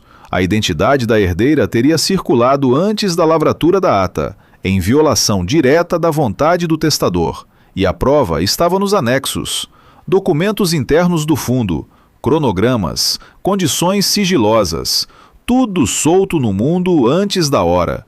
Se o sigilo foi rompido, Excelência, a condição testamentária foi descumprida, e o descumprimento reverte o controle ao herdeiro subsidiário, meu cliente. O juiz do plantão, soterrado de processos e sem tempo para arqueologia de testamento, fez o que juízes de plantão fazem. Congelou tudo até a instrução. Direitos de voto de Helena suspensos provisoriamente. Eficácia da ata sobrestada. E, por arrasto, a execução do aporte bilionário travada. Porque nenhum banco libera 1 bilhão assinado por uma controladora subjúdice. Seu Almir pediu reconsideração ali mesmo, de pé, com a voz rouca tremendo de indignação genuína, e ouviu um indeferimento educado. 48 horas até a audiência de justificação. Helena recebeu a decisão sem mover um músculo do rosto, mas por dentro sentiu o baque exato, físico, de quem apanha pela primeira vez num jogo que achava dominar. Rui Duarte a esperava na escadaria do fórum, e vê-lo de perto pela primeira vez em 8 anos foi como olhar uma fotografia do avô revelada com o químico errado. Os mesmos olhos fundos de Heitor, o mesmo queixo, e nada da luz. Sobrinha. Ele abriu os braços num gesto de afeto para as câmeras que não existiam ali. Você cresceu, assinando bilhões, controlando conselhos. O velho devia estar orgulhoso. Ele sempre gostou de fantoche obediente. Helena parou 2 degraus acima dele, o que a deixou mais alta, e não foi por acaso. O senhor tem 48 horas de vantagem, tio. Aproveite bem, porque são as últimas. Rui riu, um riso baixo, sem pressa, de quem esperou uma década por aquela escadaria. Eu tenho mais que isso, menina. Eu tenho a certeza. 30 anos carregando aquela empresa nas costas enquanto o teu avô colhia os louros. E no fim, ele deixou tudo para uma criança de vestido, com uma cláusula humilhante de silêncio, só para me ver morrer esperando. Eu não estou roubando nada de você. Estou corrigindo um testamento escrito por um homem que confundiu a própria vaidade com justiça. Ele subiu um degrau, aproximando o rosto, e a voz desceu para um sussurro quase paternal. Proposta única, válida até hoje à noite. Você fica com o dinheiro, os imóveis, a caneta bonita. Eu fico com o controle do fundo e retiro a ação amanhã cedo. Recuse, e eu transformo os próximos 5 anos da sua vida numa sala de audiência. Helena o estudou por um longo momento, e quando respondeu com a calma funda das viradas de maré. O meu avô me fez esperar 10 anos para me ensinar uma coisa só, tio, que tudo tem preço, e quem tem pressa paga o dobro. O senhor esperou 30 anos com pressa. Eu vou recusar a proposta, e o senhor vai descobrir hoje à noite quanto custou cada dia dela. Ela desceu a escadaria sem olhar para trás, e só quem estivesse muito perto teria visto que as mãos dela, dentro dos bolsos do casaco, estavam fechadas com força. O preço começou a ser cobrado 3 horas depois, numa sala de reunião do banco credor do Grupo Vasconcelos, e foi Helena quem pagou. Com o aporte travado pela liminar, o prazo fatal da dívida voltava a correr, e 40 mil empregos voltavam a pender de um fio de 17 dias. O diretor do banco foi claro na sua frieza institucional. Ou entrava uma garantia nova e líquida até sexta-feira, ou a execução começava. Aporte ou não aporte, liminar ou não liminar. Seu Almir esboçou 3 alternativas, e ele mesmo derrubou as 3. Restava uma, e o velho advogado se recusou a dizê-la em voz alta. Então, Helena disse por ele: os meus dividendos pessoais, a minha parte líquida da herança, fora do fundo, fora da discussão judicial. Eu cauciono isso. Almir tirou os óculos com um gesto brusco. Menina, isso é o seu chão. Se a audiência der errado, se o Rui ganhar a instrução, você fica sem o fundo e sem o chão. Você entende o que está apostando? É tudo. De novo. Helena assinou o termo de caução com a caneta do avô, e a mão não tremeu. Mas ela precisou respirar 2 vezes antes de soltar o papel. Ele ia caucionar, seu Almir. O senhor sabe que ia. O velho guardou o termo na pasta devagar, e a voz saiu áspera. Ia. E a mãe dele, que era mais sábia que ele, ia me mandar impedir. Estou velho demais para enterrar mais um Duarte teimoso. Faça o favor de ganhar essa audiência. Naquela noite, o pedido de reconsideração da liminar foi indeferido pela 2ª vez. Helena recebeu a notícia em pé, diante da janela do escritório do Itaim, vendo a garoa engolir a avenida. E permitiu-se exatamente 90 segundos de medo, cronometrados no relógio do avô na parede. Depois se voltou para a mesa coberta de papéis. Onde estamos com a Bianca? Estavam perto, porque a ganância deixa cheiro. A diretora de risco do fundo tinha passado 30 horas cruzando o material, e o desenho que emergiu era de uma limpeza incriminadora. Os documentos anexados por Rui à ação eram reproduções da cópia numerada que Bianca centralizara em setembro, identificável pelas marcas de numeração. Os pagamentos ao contato dela saíam da mesma holding de sócios de papel registrada pelo mesmo despachante das empresas da velha contestação do testamento. E agora, com mandado de quebra a caminho e uma testemunha da corretora disposta a colaborar, o fio ligava a holding a um primo de confiança de Rui. E havia a pressa, o erro que Caio farejara desde o início. A ação fora protocolada às 9h04 da manhã de segunda-feira com a ata de quinta-noite anexada, uma impossibilidade material para quem não tivesse fonte dentro do rito. E a única pessoa estranha ao conselho que fotografara movimentos daquele prédio era a dona de um investigador barato e de um pendrive recheado. Faltava a própria Bianca. Sumida fazia 30 horas. E foi ela quem se entregou. Do jeito dela. O intermediário conhecido das mesas de mercado começou a oferecer, em sondagens discretas, um pacote completo sobre a saúde real do Grupo Vasconcelos. Auditoria, subsidiárias, passivo oculto, preço de reserva alto, pagamento em espécie, encontro em hotel neutro. Caio leu a sondagem 2 vezes e sorriu sem alegria nenhuma. Ela está queimando o último cartucho antes de sumir. Marque a compra. O comprador topou o preço e vai pessoalmente. Helena fechou a pasta. Vai, mas o comprador sou eu. O hotel nos Jardins tinha um bar de mezanino discreto, luz baixa e música ambiente na medida exata para afogar conversas. E Bianca Salles chegou às 7 em ponto, de óculos escuros desnecessários, escolhendo a mesa de canto com saída dupla mapeada, profissional até no fim. O pendrive esperava no bolso interno do blazer. O comprador avisara o intermediário. Mandaria uma executiva de confiança.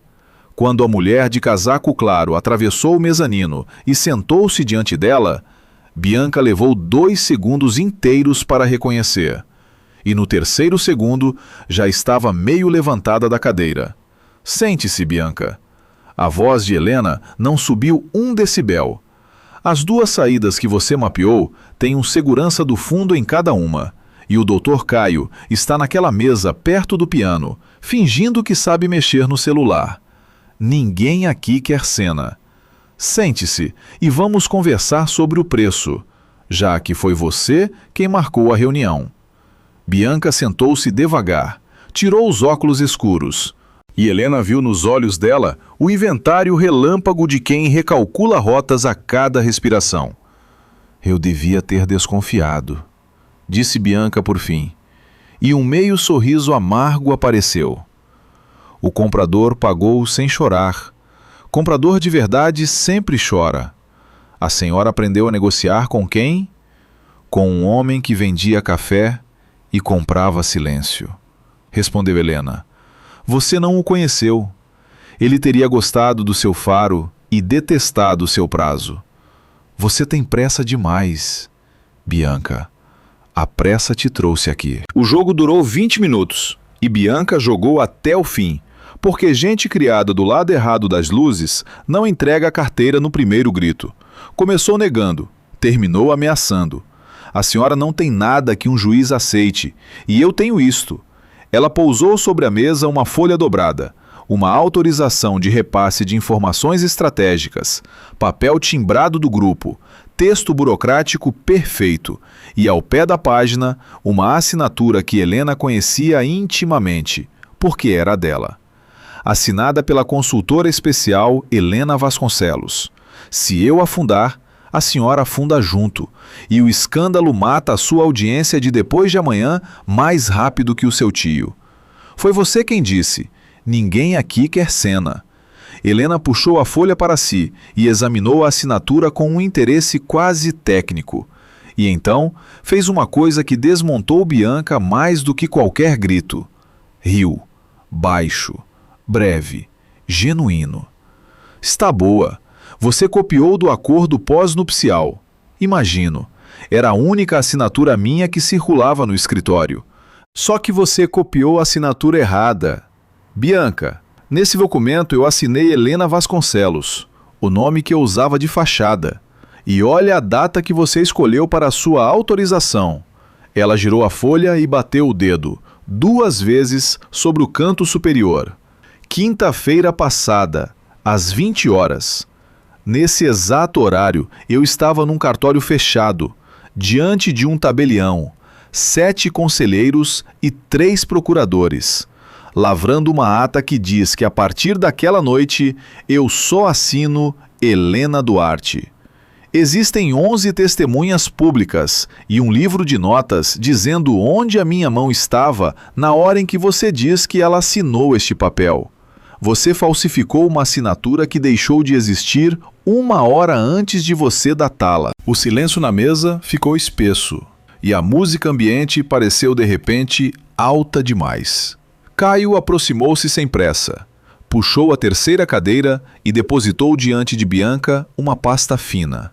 Extratos da holding, o caminho do seu dinheiro, do despachante ao primo do Rui Duarte. O registro de acesso das cópias numeradas que você centralizou, os metadados das suas fotografias e a sondagem de venda desta noite, gravada com autorização judicial desde a segunda ligação do seu intermediário. Ele falava sem crueldade, no tom neutro de auditoria, o que era pior. Isso configura uma lista de crimes que eu prefiro que um promotor recite. Ou configura outra coisa, dependendo dos próximos 10 minutos. Colaboração.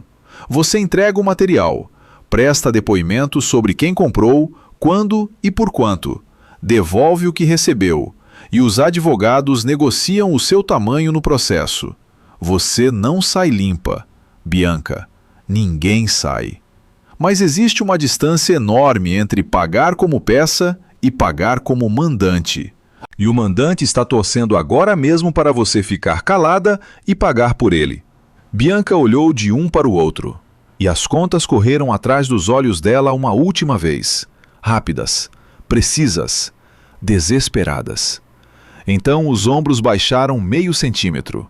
A derrota de quem sempre soube que o jogo era esse. Tirou o pendrive do bolso e o pousou na mesa, mas prendeu-o sob o dedo mais um instante. Uma condição. A senhora vai ouvir 10 segundos sem me interromper. Helena assentiu. Eu servi cafezinho aos 16 anos para gente que valia 10 vezes menos que a senhora, e me tratava como mobília.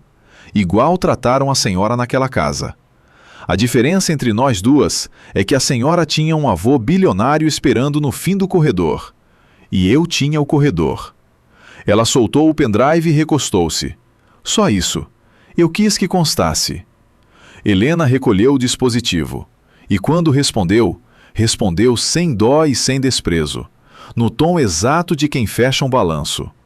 Constou. E agora vai constar em cartório, com a sua letra.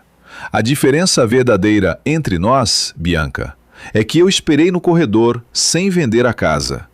Dr. Caio, chame os advogados. A audiência de justificação durou 1h50, e Rui Duarte envelheceu 10 anos dentro dela. Seu Almir conduziu a demolição com a paciência de 72 anos de ofício, tijolo por tijolo. Primeiro, o rito: ata, quórum, tabelião, livro de notas, certidões, nenhuma vírgula fora do lugar. O sigilo mantido até o instante exato da lavratura, testemunhado por 11 pessoas. Depois, a pergunta que virou o processo pelo avesso: se o sigilo fora rompido antes, como sustentava o autor? De onde exatamente o autor tirara os documentos internos que anexou? E como soube da ata em tempo de protocolar a ação 9 horas depois de um ato notarial fechado ao público? O advogado de terno grafite objetou, e a objeção morreu na mesa, quando Almir juntou aos autos o depoimento de Bianca Salles, colhido na véspera com fé pública, os extratos da holding, o mandado de quebra deferido e a trilha do dinheiro terminando no primo de confiança do autor. O juiz da instrução, que não era o do plantão, e lia processos por inteiro, ergueu os olhos por cima dos óculos. Deixe-me compreender, doutor. O autor alega quebra de sigilo, e a prova da quebra são documentos que o próprio autor obteve comprando o sigilo quebrado. Rui levantou-se da cadeira, contra o gesto desesperado do próprio advogado, e a máscara de patriarca ferido rachou no meio da sala. Aquele fundo saiu do meu trabalho também. 30 anos, Excelência. 30 anos ao lado do meu irmão. E ele me riscou do testamento por uma menina que servia chá nas reuniões. O juiz bateu o martelo uma vez, sem raiva, com o tédio de quem já viu todas as versões dessa cena. Liminar revogada. Ata restabelecida. Direitos de voto devolvidos na íntegra. Autos remetidos ao Ministério Público para apurar a origem ilícita das provas e a conduta do autor. Na saída, Rui passou por Helena sem conseguir olhá-la. E foi ela quem falou. Baixo, só para ele. O senhor tinha razão numa coisa, tio. O testamento foi mesmo um teste de paciência. O senhor acabou de ser reprovado nele pela segunda vez. Ele parou um instante, de costas, os ombros caídos de repente sob o terno caro, e seguiu andando, escoltado pelo próprio advogado como um homem escoltado pela própria ruína. Otávio assinou os papéis do divórcio numa quarta-feira de céu limpo, no escritório do Dr. Teixeira, e Helena compareceu pessoalmente porque fugir de salas nunca mais seria o método dela. Ele tinha emagrecido, e a arrogância, sem o cargo e sem a plateia, pendia mal no corpo dele como um terno de defunto. O comitê independente decidira na semana anterior, por critérios que Helena fez questão de não influenciar, oferecer a ele a diretoria comercial do grupo, a única área onde os números dele sempre foram genuinamente bons, subordinada ao novo presidente profissional. Pegar ou largar? Você deve estar adorando isso, disse ele quando ficaram a sós na sala, com a caneta parada sobre a linha da assinatura. A esposa fraca decidindo se o marido vira funcionário. Helena sentou-se do outro lado da mesa, sem pressa. Eu não decidi, Otávio. Pedi ao comitê que te medisse pelo que você é, não pelo que você me fez. O conselho foi da tua mãe, se quer saber. Eu apenas concordei. Porque é o que separa a minha mesa da tua. Ele riu, curto e sem som, e pela primeira vez em 11 anos, ela viu o rosto dele desarmado, sem cargo, sem plateia, sem Bianca, um homem de meia idade olhando o próprio inventário. 10 anos, Helena. Você sentou na minha frente 10 anos, sabendo que podia me comprar inteiro, e sorriu, e serviu café. Que tipo de pessoa aguenta isso? Ela pensou na pergunta com seriedade, porque a pergunta, pela primeira vez, era de verdade. Uma pessoa com tanto medo de ficar sozinha, que preferiu ser invisível a ser abandonada. Essa pessoa aguentou. Ela morreu na porta do teu fumoir, na nossa festa, ouvindo você me chamar de fraca. Helena levantou-se e ajeitou a alça da bolsa no ombro. Você não destruiu o nosso casamento naquela noite, Otávio. Você me libertou dele. Assine a página, aceite a diretoria e faça um trabalho decente. É o único conselho que eu sei dar, e desta vez não é ironia. Ele a olhou por um longo segundo e assinou. Na saída, alcançou-a na porta com a voz que sobrou. A caneta, naquela festa. Você respondeu Heitor Duarte e eu fiz piada. Fez, disse ela. Foi o bilhão mais caro que uma piada já custou. E saiu, deixando-o com a única coisa que ele ainda podia possuir por inteiro: a lição. Faltava um acerto de contas, e foi Caio quem o exigiu contra todos os conselhos, inclusive os dela. Na reunião ordinária do conselho, item extraordinário de pauta requerido pelo próprio CIO, ele levantou-se diante da mesa de Jacarandá e relatou, em voz firme e sem atenuante nenhum, a operação do memorando falso, documento forjado por ele de próprio punho, plantado na residência de uma pessoa que se revelou a acionista controladora, sem autorização, sem protocolo, com base em suspeita que se provou infundada. Eu quebrei a confiança que este cargo exige, e quebrei contra a pessoa errada pela razão errada. Coloco o meu cargo à disposição do Conselho e peço que a censura, qualquer que seja, conste em ata. Integridade que não vale contra o próprio CIO, não vale nada. O silêncio na sala foi longo. Um conselheiro antigo ponderou que o zelo, embora torto, nascera da defesa do fundo. Seu Almir resmungou que Heitor teria contratado o rapaz de novo só pela cara de pau de confessar. Coube a Helena a palavra final. E ela a deu, olhando para Caio e falando para a ata. A renúncia está recusada. A censura está registrada, a pedido do censurado. E o conselho registre também o seguinte: num prédio inteiro de gente paga para vigiar 1 bilhão, uma única pessoa desconfiou que a mulher invisível na fotografia talvez fosse o dono da fotografia. Eu fui a prejudicada pelo método e sou a primeira a dizer que quero esse defeito trabalhando para este fundo pelos próximos 20 anos. Encerrado o item. Próxima pauta. Mais tarde ela soube, por Almir, que Caio saíra daquela sala e refeito a nota de voz antiga no carro, a que mandava vigiar Helena Vasconcelos, substituindo-a por uma só frase: aprender a diferença entre auditar e enxergar. Prazo: o resto da vida. A chuva os encontrou na sexta-feira seguinte, no fim da tarde, quando Helena desceu da sala do conselho e atravessou o saguão de granito da Torre do Itaim. E dessa vez não havia carro de vidros escuros esperando, porque ela mesma dispensara o motorista num impulso que não soube explicar. Debaixo da marquise, olhando a água grossa desabar sobre a avenida, estava Caio Ferreira com o guarda-chuva fechado na mão. E não era um guarda-chuva qualquer. Era o dela, o que ela lhe estendera na porta da mansão no dia da ratoeira. Eu vim devolver, disse ele, por cima do barulho da chuva. A senhora me disse uma vez que São Paulo não perdoa quem anda desprevenido.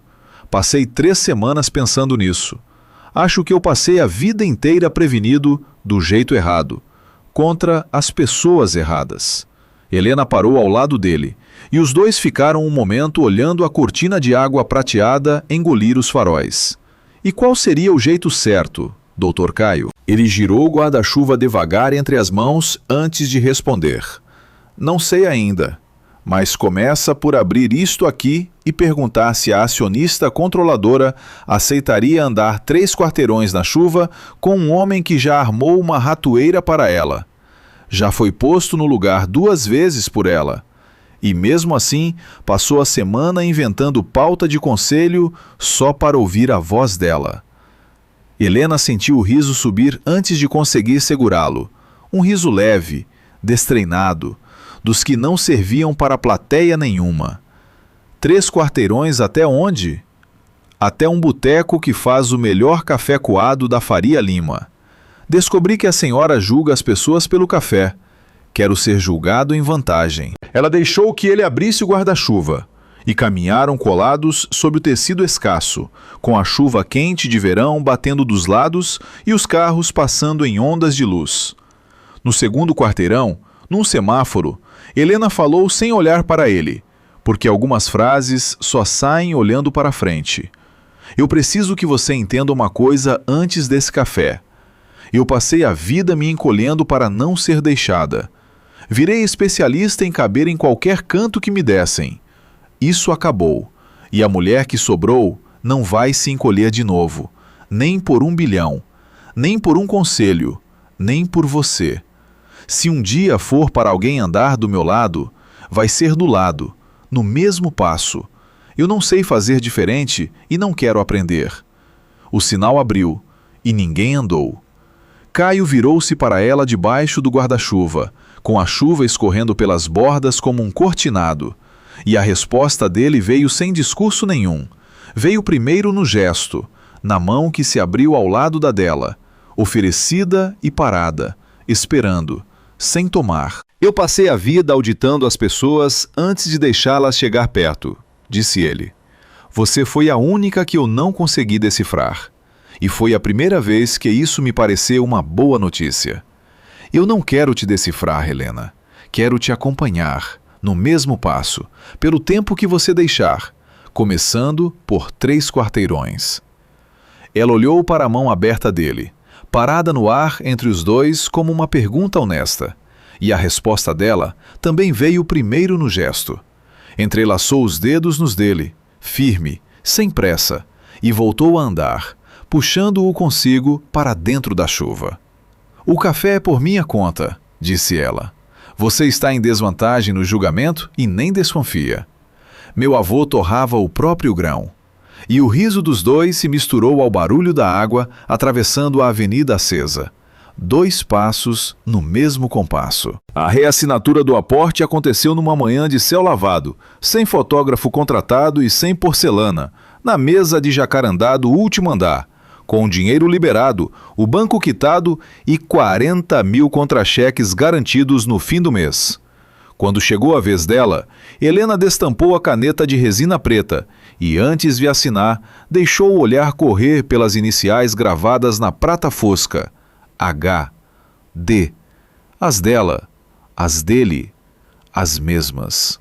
Assinou Helena Duarte com a caligrafia firme de sempre, e dessa vez o nome ficou na última página, à vista de todos, com firma reconhecida, sem fantasma nenhum. No domingo seguinte, ela dirigiu sozinha até a fazenda no interior, subiu a colina atrás da casa-sede com uma garrafa térmica na mão e sentou-se na grama diante do túmulo simples de Heitor Duarte, onde serviu 2 cafés em 2 canecas de esmalte, como ele fazia, e deixou uma sobre a pedra. 11 anos, avô. O senhor pediu 10, eu dei 11, e cobrei juros de todo mundo, do jeito que o senhor ensinou. O vento mexeu nos pés de café da encosta, carregando o cheiro doce de terra molhada da chuva da véspera.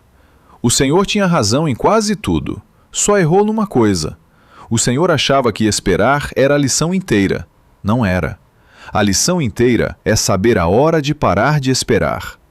Ela bebeu o café devagar, olhando a serra azulada ao longe, e pela primeira vez em 11 anos não havia nenhum relógio correndo dentro dela, nenhum papel a interpretar, nenhum corredor onde ficar de pé ouvindo atrás de portas.